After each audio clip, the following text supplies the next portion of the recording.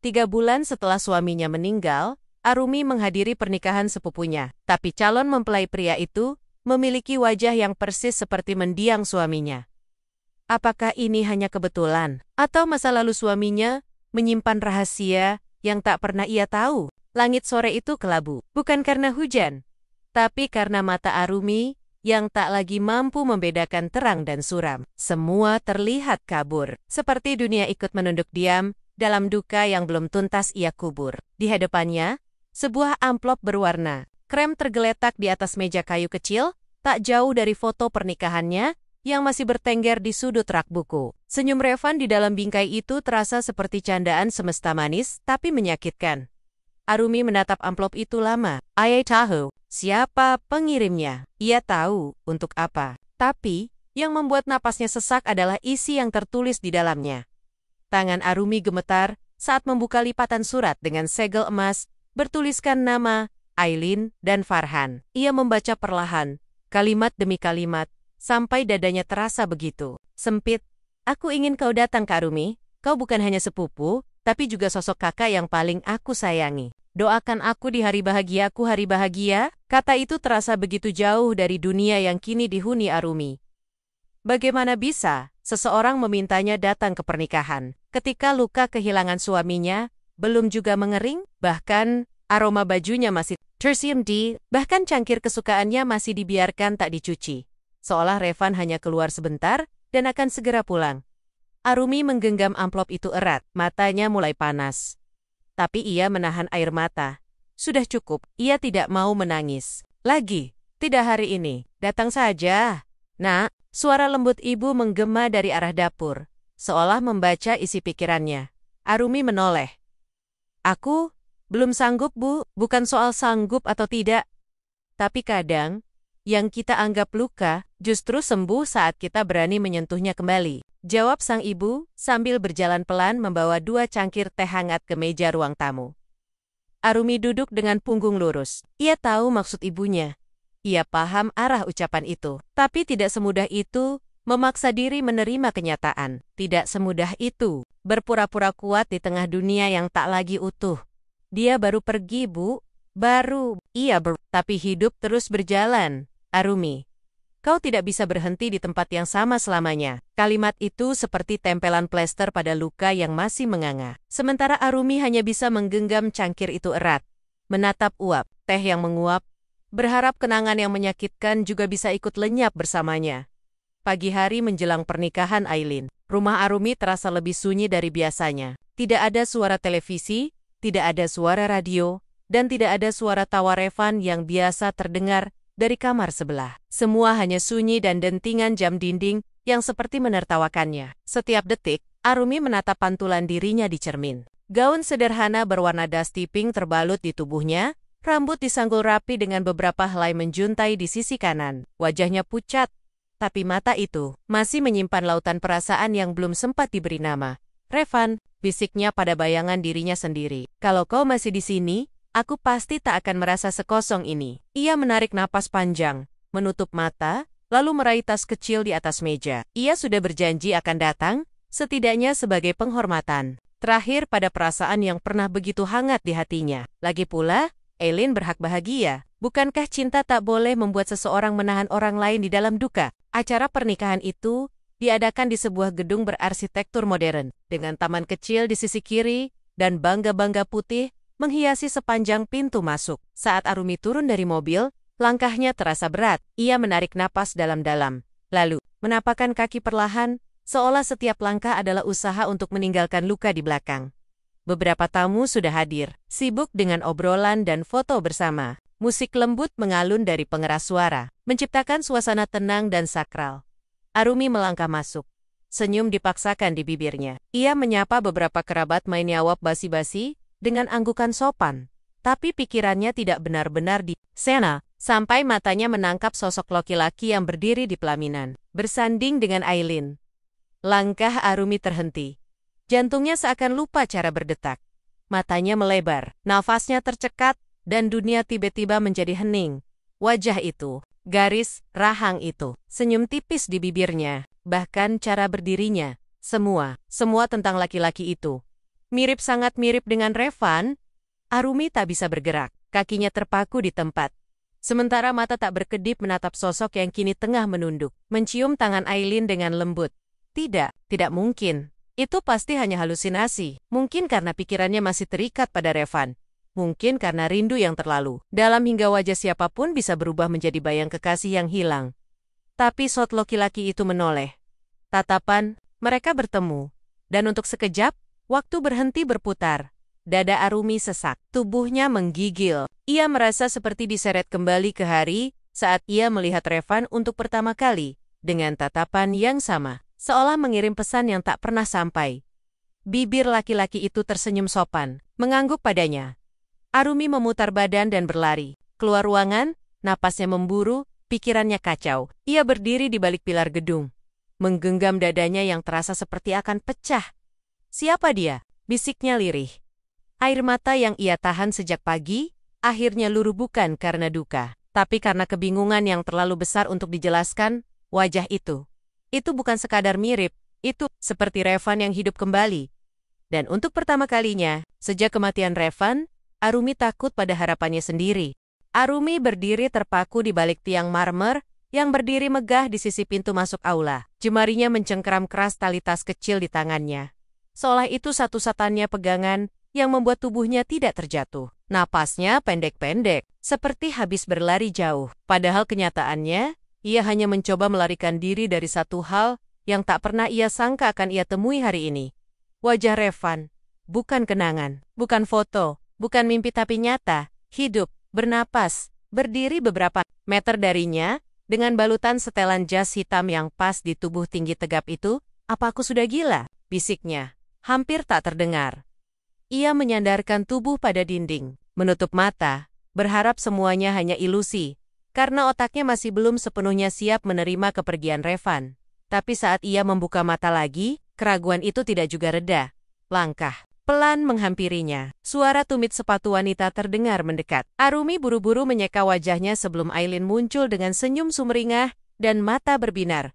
Kak Arum, ya ampun, aku kira kamu gak jadi datang. Yukapnia Sambi memeluk erat tubuh Arumi. Arumi berusaha membalas pelukan itu, meski tubuhnya terasa kaku.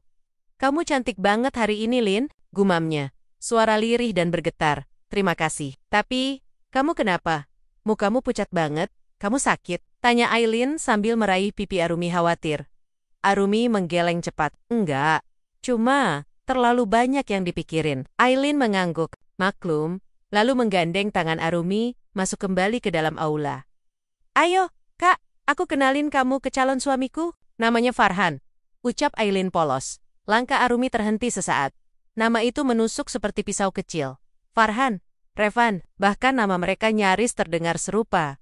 Ia menarik napas panjang dan mengikuti Aileen, yang kini memandunya menembus keramaian tamu. Musik pernikahan yang mengalun dari sudut ruangan, tidak mampu menenangkan gejolak di dalam dada Arumi. Ia berusaha menahan tatapannya agar tidak menatap langsung laki-laki itu, sosok yang menyeretnya kembali ke 3 bulan lalu. Hari paling gelap dalam hidupnya.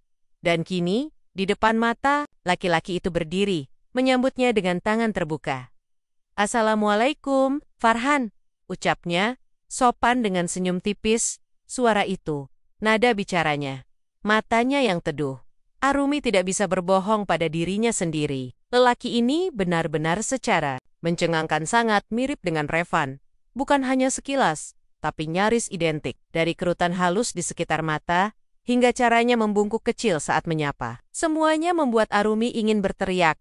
Namun ia menahan diri. Ia balas menjabat tangan itu pelan, berusaha menyembunyikan gemetar di ujung jarinya. Arumi, jawabnya singkat. Farhan mengangguk sopan. Ia tak menampakkan rasa aneh atau heran. Tidak ada tanda bahwa ia mengenali Arumi sebelumnya. Senang, bisa bertemu. Lanjutnya tenang. Arumi mencoba mengangguk, lalu cepat-cepat berpaling. Ia tak sanggup menatap lebih lama. Farhan ini orangnya pendiam. Kak, tapi asyik kalau udah ngobrol, kata Aileen sambil menggenggam lengan calon suaminya dengan ekspresi bangga. Arumi hanya tersenyum samar. Hatinya berantakan. Ia ingin bertanya siapa sebenarnya laki-laki ini. Apakah ia hanya kebetulan memiliki wajah yang mirip? Ataukah ada hal lain yang tidak ia ketahui. Setelah bersalaman dengan keluarga dan beberapa kerabat, Arumi keluar dari aula dan duduk di bangku taman kecil di sisi gedung. Malam mulai turun, angin berembus pelan, membawa aroma wangi bunga melati dari taman. Ia menatap langit gelap. Revan, kalau kau bisa lihat aku sekarang, apa kau juga akan terkejut melihat wajah yang begitu mirip denganmu, berdiri di pelaminan? Tiba-tiba, suara langkah menghampiri. Arumi menoleh pelan dan mendapati Farhan berdiri tak jauh dari tempat duduknya. "Boleh duduk?" tanyanya sopan. Arumi mengangguk pelan. Ia tahu, dirinya seharusnya pergi. Tapi bagian dari dirinya ingin tahu. Ingin mendengar lebih banyak dari lelaki ini. Ia ingin menemukan sesuatu apapun yang bisa membantah pikirannya yang terus-menerus membandingkan. Farhan duduk di sisi ujung bangku, menjaga jarak. Tadi kelihatan seperti sedang menangis. Arumi menoleh cepat, lalu tersenyum paksa. "Cuma kelelahan." Farhan mengangguk pelan. Lalu, tanpa ditanya, ia berkata, "Aku tahu, aku sering dapat tatapan aneh. Katanya wajahku mirip seseorang. Tapi entah siapa." Dada Arumi tercekat. "Sering?" tanyanya. Suara tercekat. "Iya, siwak dulu. Kadang di pasar, kadang di tempat umum. Orang-orang memandangi aku lama. Ada yang bilang aku mirip anaknya. Ada yang bilang aku mirip aktor. Ada juga yang tiba-tiba nangis. Tapi aku nggak pernah tahu pasti kenapa mereka begitu," ucapnya dengan nada datar. Arumi menelan ludah. Kata-kata Farhan membuatnya semakin bingung. Apakah ini semua hanya kebetulan? Ataukah ada takdir yang sengaja mengaitkan mereka? "Kamu asalnya dari mana?" tanya Arumi hati-hati. Farhan menoleh, tampak berpikir. "Aku dibesarkan di panti, nggak tahu siapa orang tuaku. Waktu remaja, aku ikut keluarga angkat. Baru 2 tahun terakhir aku pindah ke kota ini, kerja di kantor yang sama dengan Aileen." Darah Arumi seolah berhenti mengalir. Dibesarkan di panti, kehidupan misterius? Hampir tidak punya masa lalu, ia menggigit bibir. Tiba-tiba ia teringat, Revan pernah bercerita sepintas bahwa ia sempat tinggal di panti saat kecil. Sebelum akhirnya diadopsi oleh pasangan suami istri tua, tapi Revan tidak pernah menyebut tentang saudara. Ia tidak pernah bilang, ada seseorang yang bisa saja. Maaf kalau pertanyaan ini aneh. Tapi, kamu yakin gak punya saudara? Tanya Arumi pelan, nyaris berbisik. Farhan terdiam. Tarapan mengarah ke kejauhan. Yakin? Entahlah, pihak panti gak pernah bilang apa-apa. Tapi, kadang aku juga mikir, mungkin aku punya saudara kembar yang entah di mana. Ucapan itu menghantam Arumi seperti ombak besar. Saudara kembar? Larut, acara semakin ramai. Tapi Arumi merasa seperti tenggelam di dunia yang benar-benar asing. Ia menatap Farhan, yang kini berdiri memandangi Aileen dari kejauhan dengan senyum hangat. Lalu, kembali menatap tangannya sendiri. Dunia yang semula ia anggap telah ia kenal, kini terasa seperti teka-teki yang belum selesai. Dan wajah Farhan, wajah itu akan terus menghantuinya, sampai ia tahu pasti siapa sebenarnya laki-laki itu. Langit malam pulang dengan gelisah, bintang-bintang seperti menolak muncul, seolah ikut menyembunyikan jawaban yang kini berputar-putar di kepala Arumi. Jalanan menuju rumah begitu lengang, hanya ditemani deru mobil dan lampu jalan yang berpenda redup. Tapi di dalam hatinya, begitu banyak suara yang saling berteriak tentang Revan, tentang Farhan, tentang bayangan masa lalu yang mendadak kembali hidup di hadapannya. Setibanya di rumah, Arumi langsung berjalan menuju kamar. Ia membuka lemari, meraba-raba pakaian Revan yang masih tergantung rapi. Aroma khas itu masih ada, campuran sabun dan parfum yang selalu Revan kenakan sebelum tidur. Ia menutup mata, membiarkan air matanya luruh satu persatu. Seketika, pikirannya kembali ke malam pertama mereka sebagai suami istri. Revan tertawa kecil saat melihat Arumi gugup, lalu menggenggam tangannya dan berkata, "Kalau kamu takut, pegang tanganku. Aku nggak akan kemana-mana." Tapi nyatanya, Revan pergi, meninggalkan janji itu di tengah malam yang dingin tanpa pamit. Arumi menjatuhkan tubuhnya ke tempat tidur. Ia memeluk bantal dengan mata terpejam rapat, mencoba menenangkan pikiran. Tapi wajah Farhan muncul lagi. Bukan hanya wajahnya tapi cara ia berbicara, cara ia berjalan, hingga cara ia menatap. Semua seperti Revan, seperti salinan yang dipahat ulang oleh takdir. Apa mungkin mereka benar-benar kembar? Gumamnya sendiri. Tapi kenapa Revan nggak pernah bilang apa-apa? Apa dia nggak tahu? Atau sengaja menyembunyikannya? Arumi duduk, menatap bingkai foto di meja kecil samping tempat tidur. Wajah Revan di dalamnya tersenyum teduh, mengenakan kemeja putih yang biasa ia pakai saat hari ulang tahun pernikahan mereka. Kalau kau masih di sini, pasti kau bisa menjelaskannya. Tapi sekarang, aku hanya bisa menebak dan menerka, dan itu menyakitkan. Keesokan harinya, Arumi bangun lebih pagi dari biasanya. Matanya masih sembab, tapi ada semacam dorongan di hatinya yang tidak bisa ia abaikan. Ia ingin tahu lebih banyak tentang Farhan. Ia tidak bisa hidup dalam pertanyaan. Kalau ada misteri yang menyangkut Revan, maka ia harus menemukannya apapun itu. Langkah pertama yang ia lakukan adalah menghubungi Aileen. "Kamu sibuk hari ini?" tanya Arumi lewat telepon. "Enggak juga, Kak. Kenapa?" "Aku pengen ngobrol. Boleh ketemu?" Suara Arumi terdengar hati-hati, tapi Aileen langsung menyanggupi. Mereka bertemu di sebuah kafe kecil tak jauh dari rumah Aileen. Suasananya tenang, dengan musik jazz yang mengalun pelan dan aroma kopi yang menyeruak hangat. Setelah pesan minuman, Arumi membuka pembicaraan dengan hati-hati. "Aku penasaran. Kamu ketemu Farhan di mana pertama kali?" Aileen tersenyum malu-malu. "Waktu itu, aku baru pindah divisi. Dia udah kerja di situ lebih dulu. Awalnya cuek, Kak. Bener-bener orang yang gak banyak omong. Tapi entah kenapa, aku suka caranya menghargai orang. Gak pernah marah, gak pernah menekan. Pelan, tapi dalam." Arumi menyimak dengan perasaan bercampur. Ia tahu betul, itulah juga alasan kenapa dulu ia jatuh cinta pada Revan. Bukan karena kata-kata manis, tapi karena sikap yang hangat dan perlahan membuat siapapun nyaman. "Aku boleh tanya soal masa lalunya?" tanya Arumi pelan. Aileen tampak berpikir sejenak. Dia nggak pernah cerita banyak. Katanya, dia dibesarkan di panti. Nggak tahu orang tua kandungnya siapa. Pas remaja, dia diadopsi sama keluarga sederhana. Tapi waktu orang tua angkatnya meninggal, dia balik tinggal sendiri. Arumi menatap keluar jendela, mencoba menenangkan detak jantungnya yang mulai tidak teratur. Dia nggak pernah nyebut punya saudara. Enggak. Bahkan dia bilang, kadang iri lihat orang lain punya adik atau kakak. "Tapi, kenapa sih, Kak? Kenapa kamu nanya-nanya soal dia kayak gini?" Arumi menoleh dan mencoba tersenyum, meski bibirnya terasa kaku. "Aku cuma merasa pernah kenal seseorang yang mirip banget sama dia. Bukan cuma wajah, tapi semua tentang dia." Aileen tampak terkejut. "Maksud kakak, dia mirip sama Revan?" Arumi mengangguk pelan. "Bukan mirip biasa, Lin, tapi bener-bener seperti melihat Revan hidup lagi." Aileen menunduk. "Aku juga sempat ngerasa aneh pas pertama lihat foto Revan di media sosialmu dulu. Tapi pikir, itu cuma kebetulan. Mungkin ada banyak orang di dunia ini yang wajahnya mirip. Mungkin," sahut Arumi lirih. "Tapi hatiku bilang, ini lebih dari sekadar kebetulan." Pulang dari pertemuan itu, Arumi tidak bisa menahan pikirannya untuk terus berputar. Ia duduk di ruang tamu, menatap map berisi dokumen-dokumen peninggalan Revan. Salah satu map berisi beberapa lembar akta, ijazah, serta foto-foto masa kecil yang sempat Revan tunjukkan padanya. Dan di sanalah, matanya menangkap sesuatu yang tak pernah ia sadari sebelumnya. Sebuah salinan akta dari panti asuhan, tempat Revan pernah tinggal. Ia membaca detailnya, lalu mengerutkan dahi saat melihat ada keterangan samar di bawah tanggal pencatatan, nomor registrasi anak, 731, saudara kandung 732, tidak diketahui keberadaan. Arumi menutup mulutnya. Tangannya bergetar. Saudara kandung?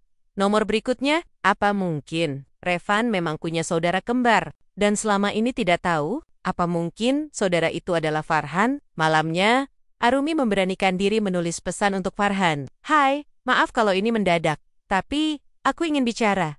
4 mata, ada hal penting yang ingin aku tanyakan. Boleh ketemu besok?" Pesan itu dikirim dengan jantung berdegup kencang. Tapi beberapa saat kemudian, balasan datang. "Tentu, aku juga ingin bicara. Ada beberapa hal yang aneh akhir-akhir ini, dan aku merasa kamu mungkin bisa membantuku menjawabnya." Arumi menatap layar ponsel dengan tatapan kosong. Ia tidak sendirian.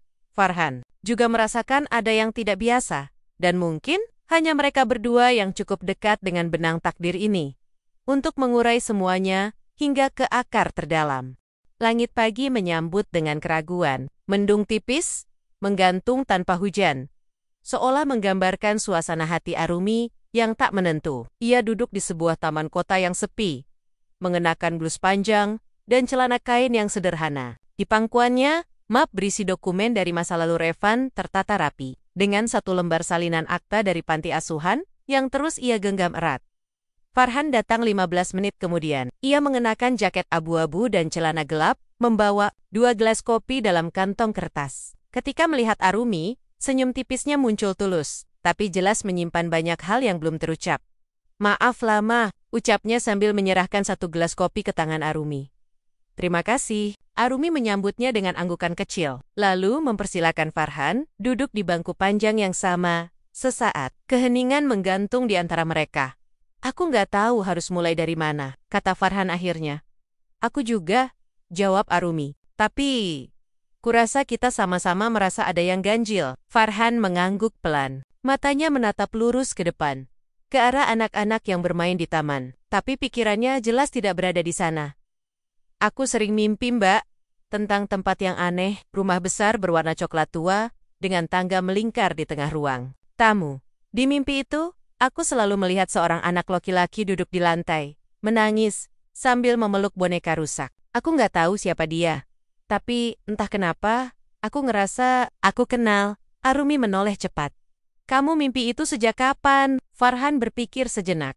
"Sejak aku remaja, tapi makin sering beberapa bulan terakhir, Revan, suamiku, juga sering cerita tentang mimpi serupa," kata Arumi lirih. Dia bilang, dia sering lihat dirinya menangis di ruang besar yang kosong. Tangga melingkar, boneka, bahkan bau kayu yang lembab. Farhan menoleh, mata membesar. "Bau kayu?" Arumi mengangguk perlahan. Seketika, detak waktu terasa berhenti. Suara angin, cuitan burung, dan hiruk-pikuk anak-anak seolah menjauh, menyisakan ruang di antara keduanya yang kini diisi oleh perasaan tidak percaya. "Aku pikir selama ini, itu cuma mimpi," gumam Farhan. "Dan aku pikir, Revan hanya mengarang," balas Arumi. Dengan tangan gemetar, ia menyerahkan dokumen dari mapnya kepada Farhan. Salinan data dari panti asuhan. Di sana, jelas tertulis nomor registrasi Revan dan 1 nomor lain sebagai saudara kandung yang tidak diketahui keberadaannya. Farhan menatapnya lama. Matanya membaca ulang lagi dan lagi, seolah berharap tulisan itu berubah atau menghilang. Ini berarti aku punya saudara?" tanyanya pelan. Arumi mengangguk. "Dan saudara itu, Revan?" Lagi-lagi anggukan kecil. Farhan memejamkan mata, mencengkeram dokumen itu kuat-kuat. "Selama ini, aku sendirian, Mbak. Aku pikir memang ditakdirkan sendiri, tapi ternyata aku punya saudara, dan dia bahkan udah nggak ada." Arumi menunduk. "Dia meninggal 3 bulan lalu. Kecelakaan. Waktu itu aku nggak tahu harus bagaimana. Rasanya seperti setengah jiwaku ikut dikubur." Farhan menggigit bibir. "Kalau aku tahu lebih awal, mungkin aku bisa ketemu dia. Kalau aku tahu lebih awal, aku mungkin bisa mempertemukan kalian," bisik Arumi. Mereka terdiam lagi, tenggelam dalam penyesalan masing-masing. 2 orang asing yang ternyata dihubungkan oleh benang darah, oleh seseorang yang mereka cintai dalam bentuk berbeda. Setelah pertemuan itu, Arumi merasa tubuhnya ringan dan berat sekaligus. Ringan karena akhirnya ia mendapat sedikit kejelasan, tapi berat karena kenyataan yang ditemukan justru mengoyak lebih dalam luka yang belum sembuh. Malamnya, ia membuka kembali video-video kenangan bersama Revan. Salah satunya adalah video saat ulang tahun pertama pernikahan mereka. "Kalau suatu hari, aku pergi duluan," kata Revan sambil tersenyum ke arah kamera. "Aku mau kamu terus hidup, jangan berhenti bahagia, cuma karena aku nggak ada." Arumi tersenyum pahit. "Lalu kenapa kamu pergi secepat itu? Tanpa cerita, tanpa peringatan, bahkan tanpa sempat bilang kalau kamu punya saudara." Ia mematikan video dan duduk diam di depan meja rias. Tatapannya kosong, tapi pikirannya penuh. Ia mulai bertanya-tanya, apakah Revan tahu soal Farhan dan memilih menyimpannya rapat-rapat? Ataukah memang keduanya benar-benar tidak tahu satu sama lain? Dan lebih dari itu, kenapa wajah mereka bisa semirip itu? Keesokan harinya, Farhan mengajak Arumi ke panti asuhan tempat ia dibesarkan. Panti itu sederhana, terletak di pinggir kota dengan halaman yang luas dan bangunan yang tampak sudah tua. Mereka disambut oleh seorang ibu tua, Ibu Rahayu, yang telah lama mengurus tempat itu. "Apa ibu masih ingat anak bernama Farhan?" tanya Arumi. Ibu Rahayu tertawa pelan. "Tentu, dia anak yang pendiam, tapi pinter, suka duduk di dekat jendela sambil gumbar-gembar." "Kenapa, Nak? Apa Farhan punya saudara yang pernah tinggal di sini juga, tanya Arumi lagi. Ibu Rahayu termenung lama, lalu menghela napas pelan. Waktu itu, ada 2 bayi laki-laki yang ditemukan di depan gerbang. Kami menduga mereka saudara, tapi karena satu langsung diadopsi setelah beberapa bulan dan dokumen-dokumennya dibawa, akhirnya kami kehilangan jejak. Arumi menahan napas. Anak yang diadopsi itu, Revan, tanyanya hati-hati. Ibu Rahayu mengangguk perlahan. Benar, anak yang wajahnya mirip sekali dengan Farhan ini. Farhan terduduk. Ia menatap tanah di bawahnya, seolah bisa menemukan potongan kenangan yang hilang. Jadi, kami benar-benar saudara? Bukan hanya saudara, nak, ujar Ibu Rahayu. Pelan, kalian kembar, sepulang dari panti, suasana di dalam mobil sunyi. Arumi menyetir pelan, sementara Farhan menatap keluar jendela, membisu. Aku nggak tahu harus senang atau sedih, gumamnya akhirnya. Aku juga, jawab Arumi. Farhan menoleh, Mbak Arumi. Aku tahu ini mungkin terdengar gila, tapi aku mulai merasa, semakin aku tahu soal Revan, semakin aku merasa kehilangan. Arumi menatap jalanan di depannya, karena sekarang, kehilangan dia juga berarti kehilangan bagian dari dirimu sendiri. Farhan mengangguk, dan Arumi tahu, semuanya baru saja dimulai. Wajah Revan memang tak akan pernah kembali, tapi kini ada jejak lain dari dirinya yang masih hidup berjalan di dunia yang sama, membawa pertanyaan-pertanyaan yang lebih besar dari sekadar wajah yang mirip. Sejak kebenaran itu terungkap, segalanya berubah bukan hanya di dalam pikiran Arumi, tapi juga dalam ritme hidupnya. Ada perasaan ganjil yang kini mengendap di dada, seperti kabut yang tak mau sirna. Meski matahari sudah tinggi, Ea Siringkoli duduk di ruang tamu, menatap kosong ke arah foto-foto Revan yang masih berdiri di atas rak. Tapi di antara tatapan itu, ia mulai menyadari satu hal yang tak bisa ia tolak. Wajah Revan kini selalu muncul dengan suaranya Farhan, gesturnya Farhan, bahkan senyum tipis yang dulu hanya milik suaminya, kini perlahan bersemayam di lelaki lain. Dan itu mengusik, bukan karena rasa bersalah, melainkan karena rasa yang pelen-pelen tumbuh dari tanah yang basah oleh kenangan. Pertemuan demi pertemuan terus terjadi antara Arumi dan Farhan. Awalnya karena alasan mencari tahu masa lalu, membongkar jejak panti asuhan, atau menyisir dokumen-dokumen keluarga yang saling terhubung. Tapi lama-kelamaan, alasan itu menjadi samar. Mereka mulai bertukar cerita lain tentang pekerjaan, mimpi, bahkan musik favorit yang dulu hanya menjadi bagian dari kisah Arumi dan Revan. Hari itu, mereka duduk di teras belakang rumah Arumi. Senja menguning lembut, menyinari meja kayu kecil yang penuh dengan kertas dan catatan.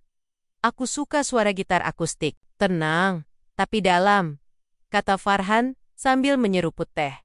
Arumi tersenyum samar. Revan juga, dia suka main gitar malam-malam, kadang nyanyi lagu yang dia karang sendiri. Farhan menatap langit, lalu berkata lirih, mungkin karena kami punya darah yang sama. Tapi kamu, bukan dia, balas Arumi tanpa sadar. Pelan namun menusuk. Suasana mendadak sunyi. Farhan tidak menjawab. Hanya angin yang menjatuhkan daun dari pohon mangga tua di belakang rumah. Maaf, kata Arumi cepat. Aku nggak bermaksud kasar. Farhan menggeleng. Enggak, aku ngerti mbak. Aku bukan Revan. Dan nggak akan pernah bisa jadi dia. Ucapan itu seperti sembilu. Arumi tahu, ia sedang berdiri di batas antara masa lalu dan masa kini. Itu mulai kabur. Semakin ia menghabiskan waktu dengan Farhan, semakin jantungnya memanggil-manggil nama yang telah pergi. Tapi semakin pula ia sadar bahwa laki-laki di depannya bukan sekadar kemiripan wajah. Ia adalah pribadi yang perlahan membuka pintu-pintu sunyi yang dulu terkunci. Malamnya, Arumi duduk sendiri di kamar. Lampu kamar sengaja dibiarkan remang. Ia membuka jurnal yang biasa ia tulis sejak Revan pergi. Tapi malam ini, halaman yang kosong tak mampu ia isi. Sebaliknya, ia membuka lembaran-lembaran lama. Ada tulisan pada halaman yang Revan tulis, diam-diam suatu malam. Saat ia menyangka Arumi tertidur, kalau aku nggak bisa menjaga kamu seumur hidup, aku harap ada seseorang yang bisa, yang ngerti, gimana caranya bikin kamu ketawa tanpa ngerasa beban, yang tahu kapan kamu pengen didengerin, tanpa harus minta. Aku nggak tahu siapa orang itu, tapi aku percaya, dia pasti datang. Arumi menutup jurnal itu perlahan. Napasnya tercekat. Dan untuk pertama kalinya, ia bertanya pada dirinya sendiri, apa Farhan? Orang itu, Hari demi hari berlalu. Mereka masih sering bertemu, masih bicara panjang. Tapi kini ada jeda-jeda. Yang berbeda, tatapan yang terlalu lama, tawa yang datang dengan canggung, dan diam yang terlalu padat untuk disebut sekadar keheningan. Sampai akhirnya, semuanya memuncak di sebuah malam, saat hujan mengguyur deras. Farhan datang ke rumah Arumi, membawa dokumen dari panti yang baru ia temukan, surat adopsi Revan, dengan nama orang tua angkat, yang ternyata memiliki hubungan kerja dengan orang tua Farhan dulu. Mungkin bukan kebetulan, ucap Farhan, sambil menaruh dokumen di meja makan. Mungkin semesta memang pengen kita ketemu. Arumi berdiri kaku di sisi lain meja. Suara rintik hujan di luar terdengar seperti denting kecil di dalam dadanya. Mungkin Revan juga yang nuntun kamu ke aku, lanjut Farhan. Suaranya rendah, bukan untuk menggantikan, tapi menyempurnakan rasa kehilangan itu. Arumi menatapnya. Di mata Farhan, ia melihat luka yang sama, kesepian yang sama, dan entah bagaimana, hatinya menolak untuk terus menutup diri. Tapi bersamaan dengan itu, muncul rasa bersalah yang menghantam tanpa ampun. Aku takut, bisik Arumi akhirnya. Takut karena aku mirip Revan? Arumi mengangguk. Takut kalau aku jatuh cinta bukan karena kamu, tapi karena wajah yang kau bawa. Farhan mendekat satu langkah, namun tak menyentuh, hanya menatap, dalam dan jujur. Aku juga takut, Mbak. Takut kamu lihat aku sebagai bayangannya, tapi jujur, sejak aku kenal kamu, aku ngerasa hidupku penuh. Aku nggak pernah ngerasa seutuh ini sebelumnya. Air mata Arumi jatuh, tanpa bisa ditahan. Ia menutup wajah dengan telapak tangan, tubuhnya bergetar pelan. Aku belum sembuh, katanya, lirih. Tapi aku juga nggak bisa menyangkal, kehadiranmu mulai jadi bagian dari aku. Farhan tidak menjawab. Ia hanya berdiri di sana, membiarkan Arumi berproses dengan luka yang belum tuntas. Ia tahu, apapun yang tumbuh di antara mereka bukanlah cinta biasa, tapi juga bukan ilusi semata. Malam itu, Arumi menatap langit-langit kamar dengan mata yang enggan terpejam. Dalam pikirannya, ada Revan yang tersenyum sambil berkata, "Kalau kamu takut, pegang tanganku. Aku nggak akan kemana-mana." Tapi kini tangan itu sudah tak ada. Yang tersisa hanyalah hati yang perlahan belajar menggenggam, yang baru dengan bentuk berbeda, tapi dengan kehangatan yang serupa. Dan di sanalah cerita ini berbalik arah. Antara cinta yang pernah mati dan cinta yang mungkin sedang bernafas lagi. Arumi duduk di pinggir ranjang dengan napas yang terasa berat. Pagi baru saja datang, tapi matanya tak lagi mampu membedakan waktu. Malam dan siang serasa menyatu, hanya menyisakan rasa sesak yang sulit ia beri nama. Di meja, secangkir teh jahe. Sudah di layar ponselnya, pesan dari Farhan belum dibuka. "Kamu baik-baik aja kan? Kalau mau ketemu, aku ada di tempat biasa. Tempat biasa, tempat yang beberapa minggu belakangan menjadi ruang, di mana mereka saling menampung cerita. Tapi kini, tempat itu tak lagi sederhana. Bukan lagi sekadar kedai kopi di pojok kota, tapi menjadi persimpangan perasaan yang mulai ruwet. Sore itu, Arumi datang juga. Dengan langkah yang pelan, ia menyusuri jalan setapak menuju kedai. Dari keyohan, ia melihat Farhan duduk di meja pojok, menatap jendela yang mengarah ke jalan. Langkah Arumi terhenti beberapa detik. Ada desir yang datang begitu saja. Farhan terlihat begitu mirip dengan Revan. Bahunya, caranya menggenggam gelas, bahkan cara duduk yang setengah membungkuk itu, semuanya seperti potongan kenangan yang kembali hidup. Tapi bersamaan dengan itu, ada sesuatu yang lain. Sesuatu yang tidak Revan. Tatapan mata Farhan, cara ia menunggu, dan raut wajah yang tampak cemas. Revan tak pernah menunggu seperti itu. Revan selalu percaya waktu akan mempertemukan tanpa dipaksa. Farhan bangkit saat melihat Arumi masuk. Senyumnya kecil, canggung, tapi hangat. "Aku pesenin teh hangat," katanya, sambil menarikan kursi untuknya. "Terima kasih."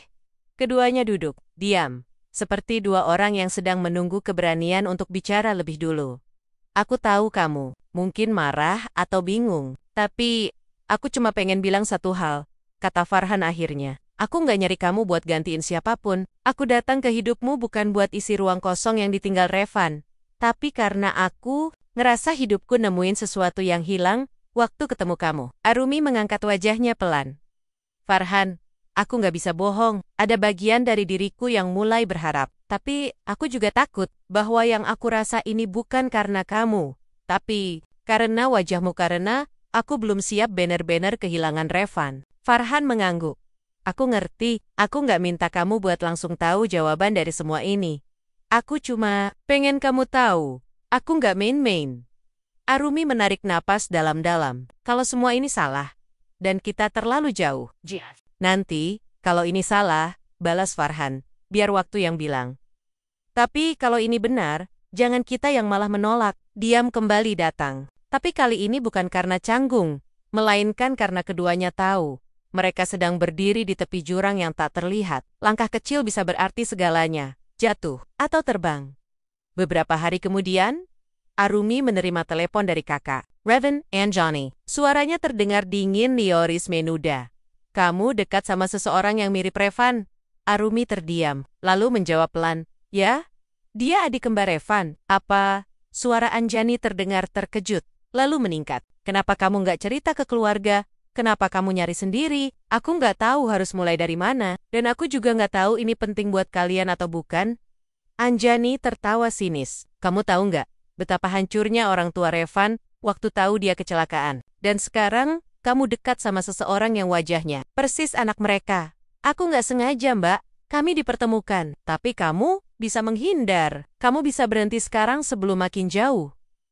Kata-kata itu menghantam keras. Arumi menutup telepon tanpa berkata banyak. Dadanya bergetar hebat. Ia tahu, apa yang ia jalani dengan Farhan bukan hanya soal perasaan, tapi juga soal keberanian, soal luka lama yang belum selesai, dan luka baru yang bisa datang jika salah melangkah. Malam itu, Arumi berdiri di depan cermin. Ia menatap bayangannya sendiri lama. Wajahnya pucat, tapi matanya penuh gelombang. Revan, bisiknya pelan. Kalau kamu masih di sini, apa kamu marah? Apa kamu kecewa karena aku mulai membuka hati lagi? Air mata jatuh begitu saja. Ia menyeka pelan, lalu mengambil jurnalnya. Tapi malam ini, ia tak menulis untuk dirinya sendiri. Ia menulis untuk Revan. Aku mencintaimu, tapi aku juga tahu, cinta itu bukan untuk mengikat yang sudah pergi. Aku tidak berniat menggantimu, Revan, tapi hati ini mulai belajar berjalan lagi. Dengan langkah yang goyah ya. Tapi bukan untuk meninggalkanmu. Untuk mengisi ruang-ruang yang dulu kamu jaga, agar tetap hangat. Beberapa hari kemudian, Farhan menghilang. Tak ada pesan, tak ada telepon. Kedai tempat mereka biasa bertemu pun, tak lagi menyimpan jejaknya. Arumi mencarinya, tapi semua nihil. Bahkan panti asuhan mengatakan, Farhan tidak mampir ke sana lagi. Dan di titik inilah, rasa Arumi benar-benar diuji. Bukan hanya kehilangan lagi, tapi juga dihantui pertanyaan yang membunuh perlahan. Apakah Farhan pergi? Karena ia merasa dirinya hanya bayangan. Atau karena Arumi tak benar-benar memberinya tempat yang nyata di hati? 3 minggu kemudian, sebuah surat tiba. Tanpa nama pengirim, hanya tertulis di sampul, untuk Arumi. Dari seseorang yang hampir menyerah, karena takut menjadi pengganti. Di dalamnya tertulis, Mbak Arumi, aku pergi bukan karena aku menyerah mencintaimu. Tapi karena aku sadar, mencintai seseorang yang masih mencintai kenangan, adalah hal yang menyakit. Tapi setelah aku menjauh, aku sadar satu hal, mencintai kamu dari jauh lebih menyakitkan lagi. Kalau kamu masih mau, aku akan menunggu. Tapi kali ini, aku nggak akan menyerupai Revan.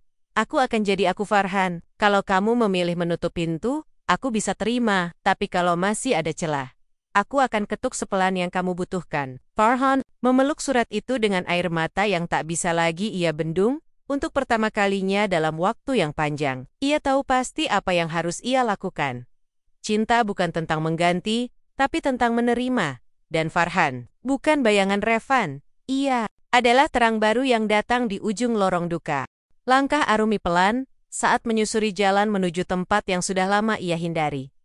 Makam Revan, rumput mulai tumbuh liar di beberapa sisi. Dan batu nisan itu tetap sunyi, seperti selalu menanti seseorang yang pernah berjanji tak akan pergi terlalu jauh. Tangannya gemetar saat menyentuh nisan itu. Ia duduk bersimpuh, dan untuk pertama kalinya setelah sekian lama, ia membiarkan dirinya bicara tanpa suara. Maaf, aku baru datang sekarang. Dadanya sesak, tapi tak ada lagi air mata yang bisa keluar. Mungkin karena selama ini sudah terlalu banyak yang jatuh. Atau mungkin karena hatinya mulai bisa menerima bahwa perpisahan bukan pengkhianatan, tapi bagian dari hidup yang tak bisa ditawar. Aku ketemu seseorang yang sangat mirip kamu. Tapi dia bukan kamu. Dia Farhan, dan aku tahu, Kalau kamu masih hidup, kamu akan suka dia. Kamu akan suka cara dia tertawa, caranya dengar orang lain bicara, dan caranya berhenti saat tahu aku butuh waktu untuk diam. Arumi menggetar. Aku nggak mengganti kamu, Van. Tapi aku juga nggak bisa terus hidup dalam kenangan. Aku tahu, kamu nggak akan senang kalau aku terus bertahan dalam kesedihan. Ia memejamkan mata. Terima kasih, karena kamu pernah mencintaiku seutuh itu.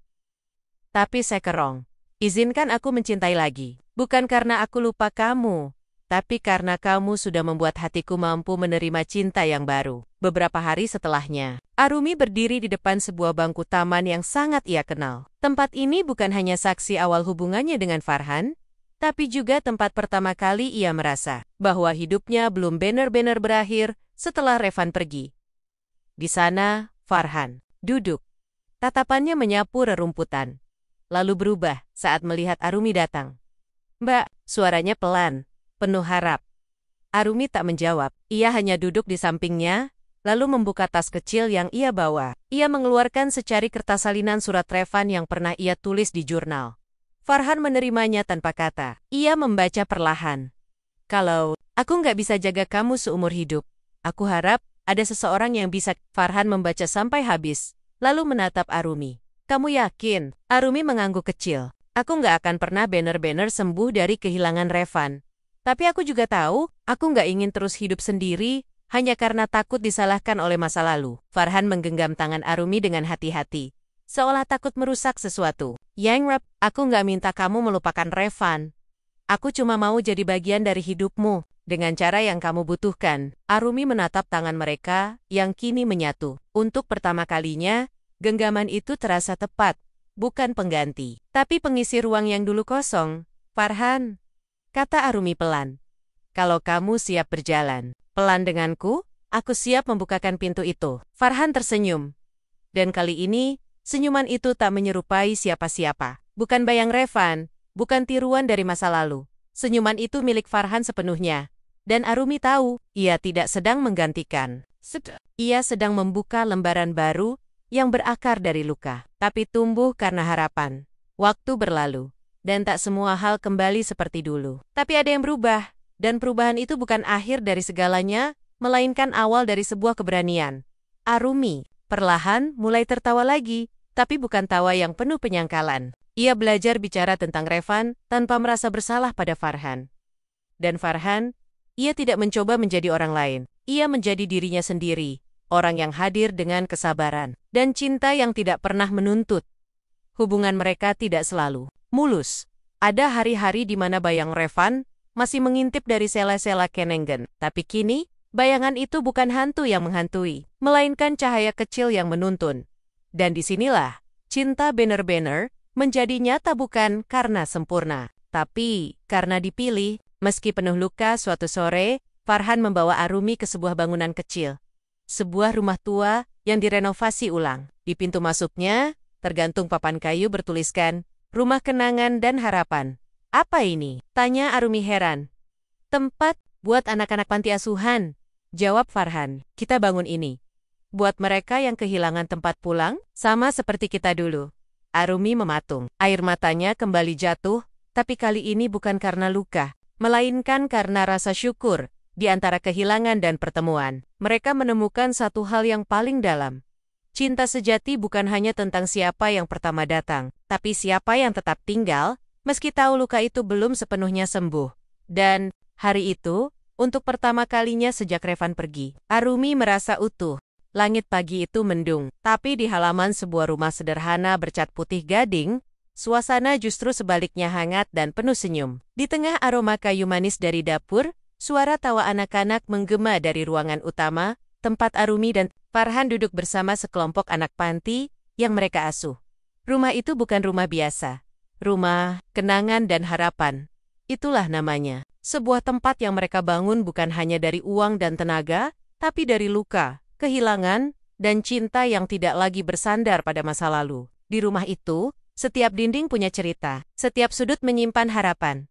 Arumi menggulung lengan bajunya dan mengaduk adonan roti, sambil sesekali melirik Farhan yang sedang duduk melingkar bersama anak-anak, membacakan dongeng dengan suara lucu yang membuat semuanya tertawa lepas. Sungguh berbeda dari awal pertemuan mereka yang penuh luka dan bayang-bayang. Kini, segalanya mulai terasa ringan, meski tak sepenuhnya tanpa duri. Namun, kedamaian itu tidak bertahan lama. Beberapa hari kemudian, Arumi menerima pesan dari keluarga besar Revan. Bukan pesan hangat melainkan sebuah undangan pertemuan keluarga yang wajib ia hadiri. Ada nada resmi dan dingin dalam setiap kata. Mereka ingin bicara tentang kamu dan Farhan, kata Anjani saat menelepon. Nada bicaranya masih tajam. Kenapa sekarang? Tanya Arumi pelan. Mungkin karena mereka akhirnya tahu. Don Bell bisa menerima kenyataan bahwa kamu memilih orang yang mirip Revan. Atau mereka merasa kamu mengkhianati kenangan. Arumi menggenggam ponsel erat-erat. Aku tidak mengganti siapapun. Aku hanya belajar hidup kembali. Tapi tidak semua orang bisa melihatnya seperti itu, ujar Anjani sebelum menutup telepon. Hari pertemuan itu datang. Arumi datang bersama Farhan. Meski sempat ragu, di ruangan yang besar dan sunyi itu, keluarga Revan berkumpul ayah, ibu, paman, bibi, dan beberapa sepupu. Semuanya duduk dengan wajah tegas, seolah sidang dimulai tanpa hakim. Ibu Revan membuka suara lebih dulu. Kami tidak melarang kamu bahagia, Arumi, tapi memilih seseorang yang wajahnya persis Revan. Kamu tidak merasa itu menyakitkan bagi kami? Farhan menunduk, menahan diri untuk tidak bicara lebih dulu. Arumi menatap mereka dengan lembut. Saya tidak pernah mencari Farhan, kami bertemu tanpa rencana. Tapi saya tahu, Revan tidak akan ingin. Saya terus menangis. Dan saya juga tahu, Farhan tidak mencoba menjadi Revan. Tapi bagaimana dengan kami? Ayah Revan ikut bicara. Apa kamu pikir mudah melihat anak yang kami kubur, lalu kamu berjalan bersama seseorang yang seperti dia hidup lagi? Saya mengerti, jawab Arumi pelan. Tapi Farhan bukan hantu Revan. Dia bukan bayangan, dia manusia utuh yang mencintai saya dengan caranya sendiri. Ibu Revan menghela napas panjang. Mungkin kamu bisa menjelaskan itu ke kami, Arumi. Tapi bagaimana dengan orang lain? Dengan masyarakat yang akan menilai kalian? Kamu tidak takut semua itu akan menghancurkan lagi hidupmu? Saya sudah pernah hancur, ujar Arumi dengan suara gemetar. Tapi saya belajar berdiri lagi, bukan untuk menyenangkan semua orang. Saya memilih hidup, dan saya memilih orang yang hadir ketika semua orang memilih menjauh. Farhan menatap Arumi penuh haru. Ia lalu berdiri, membungkuk pada keluarga Revan. Saya tidak ingin menggantikan Revan, dan saya tidak akan pernah bisa. Tapi izinkan saya mencintai Arumi, bukan karena wajah saya, melainkan karena saya ingin jadi tempatnya pulang. Pertemuan itu tidak berakhir dengan pelukan atau air mata haru. Tapi saat Arumi dan Farhan pergi, tak ada lagi kata-kata Karasyong menyusul. Hanya diam, yang perlahan-lahan membuka jalan untuk penerimaan. Dan itu cukup bagi mereka. Beberapa minggu setelahnya, Farhan duduk di halaman rumah bersama Arumi, memandangi langit malam yang jernih. Tangan mereka saling bertaut, seperti janji diam yang tak perlu terlalu banyak kata. Aku tahu, kita belum sepenuhnya diterima, kata Farhan lirih. Arumi tersenyum kecil. Tapi aku merasa, untuk pertama kalinya, kita nggak bersembunyi lagi. Kalau nanti mereka tetap nggak setuju, kita tetap bangun rumah ini, bisik Arumi. Rumah yang berdiri bukan karena nama, tapi karena rasa saling percaya. Farhan menatap Arumi lama, lalu mengeluarkan sesuatu dari saku jaketnya, sebuah cincin kecil dari perak. Bukan berhiaskan, berlian, bukan pula mahal, tapi di dalamnya terukir dua kata. Bukan bayangan. Ini bukan lamaran, bukan paksaan, ujar Farhan pelan. Ini hanya pengingat. Kalau kamu siap suatu hari nanti, aku akan tetap di sini menunggumu. Sebagai aku. Air mata Arumi jatuh satu persatu, bukan karena duka, tapi karena lega. Karena untuk pertama kalinya, hatinya tak lagi merasa bersalah mencintai. Cinta sejati tidak datang menggantikan, ia datang untuk menemani. Dan malam itu, di bawah langit penuh bintang, Arumi tahu, rumah mereka memang belum sempurna, tapi cinta yang dibangun dari luka justru bisa menjadi yang paling cute. Angin sore itu berembus pelan, membawa bau hujan yang belum jatuh sepenuhnya. Di balik jendela ruang baca, Arumi duduk dengan tenang. Jemarinya menyusuri lembar demi lembar buku yang diberikan Farhan pagi tadi, sebuah buku tua berisi catatan harian. Sampulnya polos, tapi di halaman pertama tertulis dengan jelas. Untuk Farhan, dari Revan. Jantung Arumi berdegup cepat. Ia menatap tulisan itu lama, tak percaya. Jari-jarinya gemetar, saat membuka lembaran berikutnya. Dan saat ia mulai membaca, waktu seolah berhenti. Farhan, kalau kamu membaca ini, artinya aku sudah tidak ada. Dan meski aku benci membayangkan hidup tanpamu di dunia ini, aku lebih takut kamu tidak tahu seberapa dalam kamu pernah mengubah hidupku. Arumi berhenti membaca sejenak. Matanya membulat. Ia kembali membaca kalimat itu lagi dan semakin dalam. Ia membaca. Semakin perih dadanya menahan gejolak. Aku masih ingat, pertama kali kita bertemu di klinik kecil itu. Kamu, mahasiswa tingkat akhir, dan aku, pasien iseng yang hanya ingin kabur dari kelas olahraga. Tapi dari hari itu, hidupku berubah. Kamu bukan hanya sahabat, kamu adalah cerminan aku bagian yang bahkan aku sendiri tidak tahu aku miliki. Tidak, ini tidak mungkin. Farhan dan Revan, kamu tahu Farhan, aku mencintaimu, bukan sebagai bayanganku sendiri, tapi sebagai kamu yang selalu berani mengatakan kebenaran saat aku memilih diam.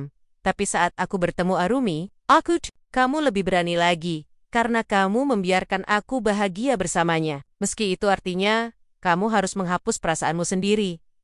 Arumi menutup buku itu dengan kasar. Napasnya tersengal. Ia berdiri dengan tubuh gemetar. Dadanya sesak. Farhan, selama ini, malam itu, hujan turun akhirnya. Deras.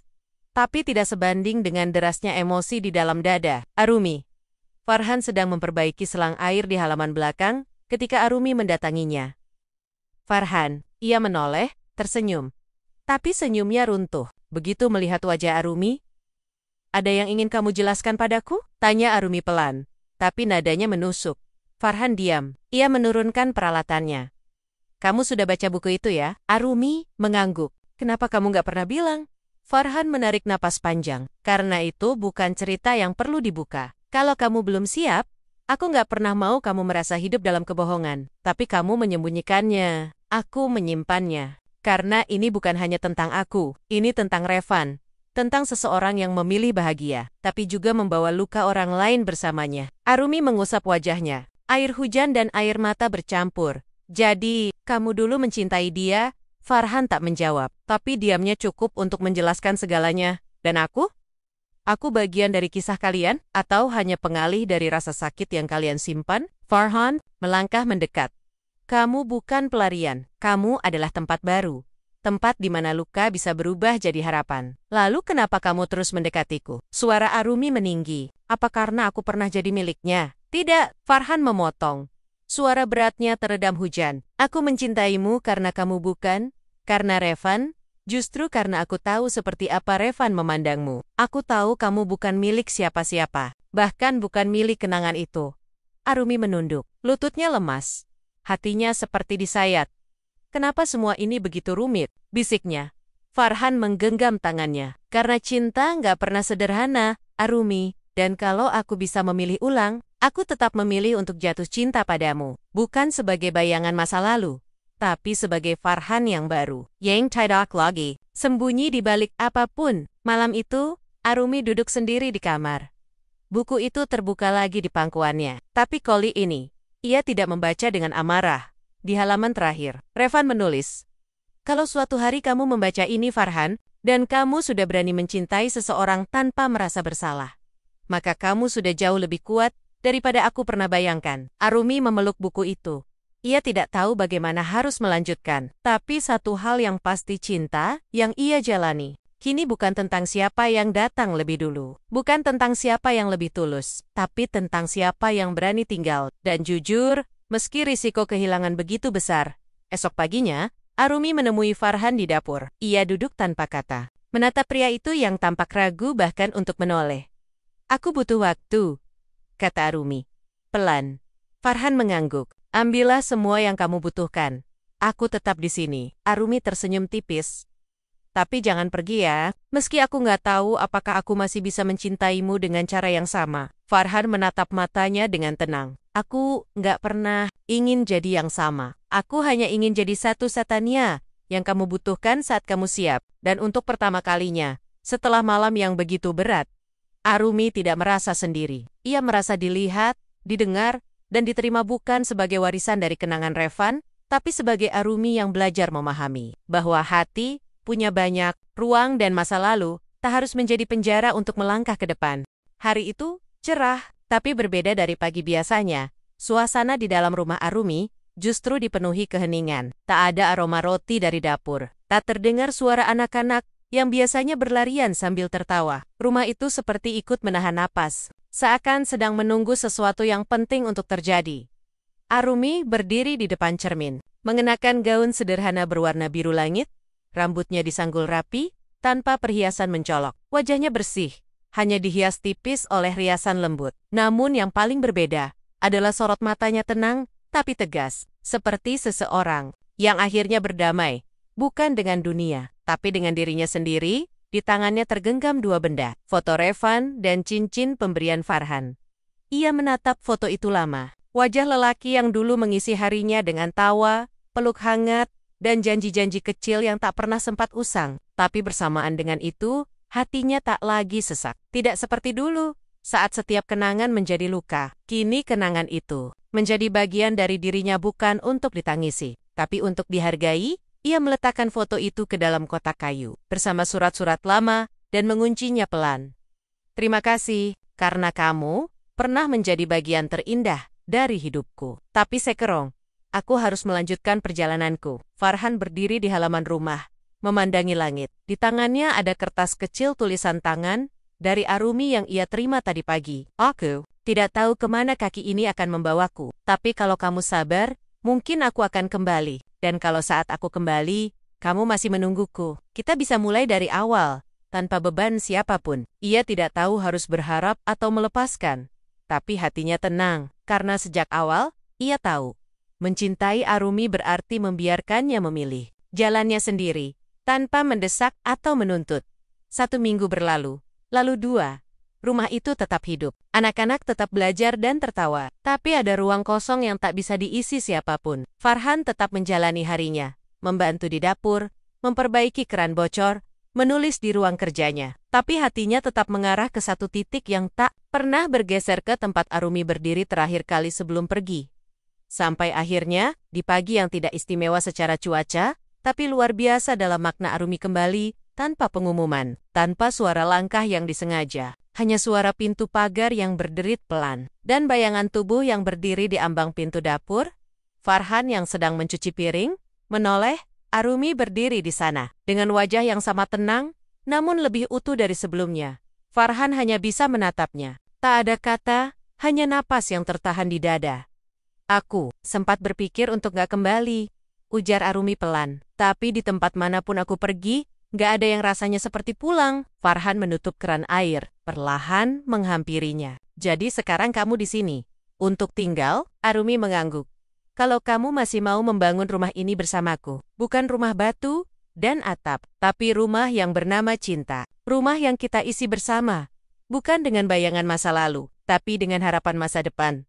Farhan tersenyum. Wajahnya masih basah oleh cipratan air, tapi matanya lebih hangat dari matahari pagi. Ia menggenggam tangan Arumi, genggaman yang tidak terlalu erat, tapi cukup untuk membuat keduanya tahu. Mereka tak lagi sendiri. Aku tidak pernah berhenti menunggumu, jawab Farhan. Dan aku siap. Mulai dari halaman pertama, bukan bab lanjutan.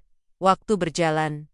Rumah mereka tak pernah sepi. Terkadang penuh dengan cerita anak-anak yang mereka asuh. Terkadang hanya berdua berbagi senja dengan secangkir teh dan percakapan ringan, tapi di setiap detik yang berjalan, mereka saling mengingatkan bahwa cinta sejati tidak harus megah atau dramatis. Ia cukup hadir, tetap tinggal, dan tumbuh perlahan. Revan tidak pernah benar-benar pergi, tapi ia kini hanya bagian dari masa lalu yang dihargai, bukan untuk dibandingkan. Dan Farhan bukan pengganti, ia adalah bab baru yang ditulis dengan kejujuran dan keberanian. Lelaki yang pernah mencintai dalam diam, dan akhirnya diberi kesempatan untuk mencintai dengan terang. Sementara Arumi akhirnya menjadi wanita yang utuh, bukan karena tidak lagi bersedih, tapi karena ia memilih untuk melangkah tanpa bayangan, tanpa beban, hanya dengan keyakinan bahwa cinta bisa tumbuh dari luka dan menjadi tempat pulang yang paling tulus. Beberapa bulan telah berlalu sejak pagi itu pagi, saat Arumi kembali dan membuka pintu rumah, sekaligus membuka hatinya yang selama ini tertutup rapat oleh kenangan. Mereka tidak menjalani kehidupan yang sempurna. Ada hari-hari yang dipenuhi tawa, dan ada pula malam-malam yang penuh diam. Tapi di antara semua itu, Ada satu hal yang tak pernah hilang. Kehadiran Farhan tetap di sisi Arumi. Bukan sebagai sosok bayangan, tapi sebagai nyata yang dipilih. Setiap hari, Arumi mulai menulis lagi. Kali ini bukan untuk mengingat Revan, tapi untuk mencatat bagaimana luka berubah jadi ruang subur bagi harapan. Tulisannya dimuat di majalah daring. Tak sedikit yang menangis saat membacanya. Salah satu tulisannya berbunyi, "Jika aku bisa memilih ulang, aku akan tetap memilih mencintai seseorang yang telah pergi. Karena dari kepergian itulah, aku tahu betapa berharganya waktu, pelukan, dan kata maaf yang tak sempat diucapkan. Tapi, lebih dari itu, aku juga akan memilih mencintai seseorang yang berani tinggal. Karena mencintai yang telah tiada, tak membutuhkan keberanian. Yang lebih sulit adalah mencintai seseorang dengan luka yang masih berdarah." Beberapa tahun kemudian, Arumi berdiri di bawah pohon flamboyan yang dulu menjadi tempat Revan pernah berjanji ingin membangun rumah di bawahnya. Di sampingnya, berdiri seorang anak laki-laki kecil dengan mata bulat yang jernih. Anak itu anak kandungnya, tapi tak butuh darah untuk menjadikan seseorang keluarga. "Mama, suara bocah itu, kenapa kita kesini?" Arumi tersenyum. Ia menunjuk bangku kayu di bawah pohon itu. "Karena disinilah kisah Mama dimulai. Tempat Mama belajar bahwa cinta sejati bukan tentang siapa yang pertama datang, tapi siapa yang tetap tinggal saat semuanya retak." Anak itu memandang ke langit, seolah mencoba memahami arti kalimat ibunya. Lalu suara langkah mendekat dari Arabella. Farhan datang dengan 2 gelas minuman di tangan. Ia tersenyum, matanya menatap Arumi seperti dulu hangat, sabar, dan utuh. "Mama udah cerita kisah pohon flamboyan lagi, ya?" Godanya pelan. Arumi tertawa pelan.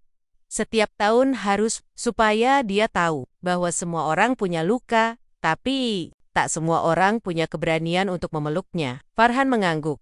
Ia meraih tangan Arumi.